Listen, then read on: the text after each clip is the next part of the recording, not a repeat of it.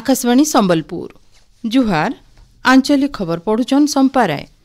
आइबा दिने ओडिशान भित्तिभूमि निर्माण थी गोटे आंदोलन हेबार के जाउछु बोली मुख्यमंत्री मोहन चरण माझी कहिछन।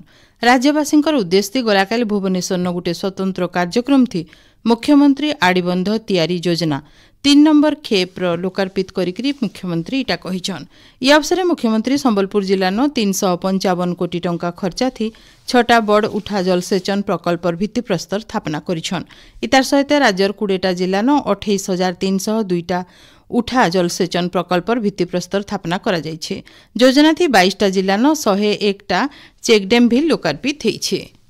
पुरी कोणार्क रास्ता रामचंडी पाखे पर्यटन विभाग तरफु आस्थानु कोणार्क इको रिट्रीट मूल हेउछे। मुख्यमंत्री मोहन चरण माझी आज उपरबेला इतार उद्घाटन करबे। उपमुख्यमंत्री प्रभाती परिडा भी उपस्थित रहबे। इको रिट्रीट थी इथर 70टा तंबू घर बना जाइछे। आइबाकाल ठानु पर्यटक माने बुक करिथिबार घर मानके रहि पारबे। मुख्यमंत्री मोहन चरण माझी गलाकाल कटक स्पेशल सर्किट हाउस नुआ आनेक्स कोठा सहित तहसील ऑफिस आओ सब रजिस्ट्रार ऑफिस भित्तिप्रस्तर स्थापना करिछन।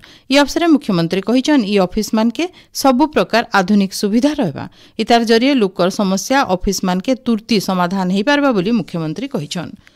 चाकरी नियमित हेबार लगी शिक्षक मानकर ओटीईटी योग्यता बाध्यतामूलक नुहे। ओटीईटी परीक्षा आर्थिक लाभ लगी दरकार है बोली ओडिशा हाईकोर्ट कहिछन। गणशिक्षक भावे काम करुथबार जने शिक्षयित्रींकर आवेदन शुणाणी करिकरी हाईकोर्ट इ राय दैछन। ओडिशा लोकसेवा आयोग ओपीएससी परिचालित ओडिशा सिविल सर्विस ओसीएस मुख्य परीक्षा आबा जनवरी 31 तारिख नु मूल हेबा। परीक्षा फेब्रुआरी 10 तारिख तक चलबा। इथर 2405 जन प्रार्थी परीक्षा देबे। सकाल 9 बजे नु मैदानर 12 बजे तक पहला परीक्षा आ मैदानर 2 बजे नु उपरबेला 5 बजे तक 2 नंबर परीक्षा हेबा। परीक्षार 7 दिन आगु नु ओपीएससी वेबसाइट नु एडमिट कार्ड डाउनलोड करा जाय पारबा। संबलपुर जिला परिषद सम्मिलनी कक्ष न संबलपुर लोक महोत्सव 2026 पहला प्रस्तुति बैठक गलाकाल हो जाइछे। जिलापाल सिद्धेश्वर बलिराम बोंदरंकर अध्यक्षताते हितबार बैठक थी महोत्सव परिचालना कमिटीर आवाहक आ सह आवाहक माने जोग देइथिले। महोत्सव के भल भावे परिचालना करबार सहित सांस्कृतिक दल चूड़ांत करबार उपरे जिलापाल जोर देइथिले। सूचना अनुसार 28 नंबर संबलपुर लोक महोत्सव जनवरी 4 नु 8 तारिख तक सहरर पीएचडी पड़िया न हेबा। नुआपड़ा जिला खड़ियाल एनएससी आ हस्ततंत्र विभाग तरफु 2 मासिया दक्षता वृद्धि तालीम शिविर मूल होइछे। एनएससी अध्यक्ष उज्जवल गुप्ता मुख्य अतिथि भावे जोग देइथिले। इथि स्वयं सहायक गोष्ठीर महिला माने तालीम नेइकरी स्वावलंबी हेइ पारबे बोली गलाकाल उद्घाटनी कार्यक्रम थी अतिथि माने कहिछन। सुवर्णपुर जिला गोपालजी मंदिर नु 42 बछर आगुनु चोरी हेइतबार अष्टधातुर 12टा महाप्रभुंकर प्रतिमूर्ति आज तार जगह के फिरीछे। भुवनेश्वर मालखाना नु गला बुधवार दिन कड़ा सुरक्षा भितरे मूर्ति मानकु सुवर्णपुर अना जाइथिला। मूर्ति जिला के अना जिबार उतरु जिलापाल नृपराज साहुंकर नेतृत्व थी अंचलवासी स्वागत करथिले। श्री गोपालजी राधा आ 10टा पार्श्व देवादेवींकर अष्टधातु मूर्ति के इछेनका जिला कोषागार नु सुरक्षित भावे रखा जाइछे।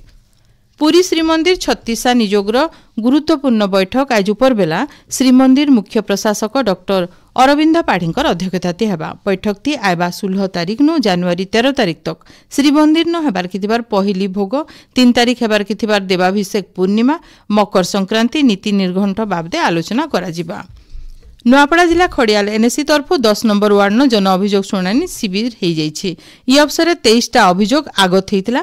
पौर अधिकारी माने अभियोग मानकर शुणाणी करिकरी 14टार तुर्ती समाधान करथिले।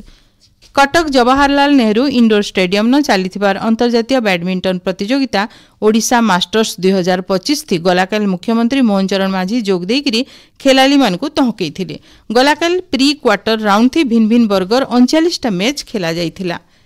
राइजे जबर ठंडा लगी रही 18 तारिख तक पाग एंता रहबा सेंता 19 नु 25 तारिख तक भी रातिर तापमात्रा स्वाभाविक नु कम रही शीत बढ़वा बोली भारतीय पाणीपाग विभाग तरफु अनुमान करा जाइछे।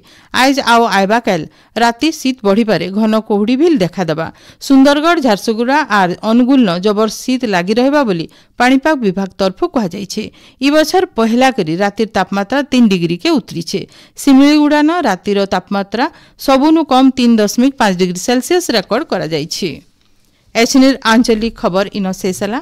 आरबेलर आंचलिक खबर सुनी पारबे राति 7 बजे 2 मिनिट थी। जुहार।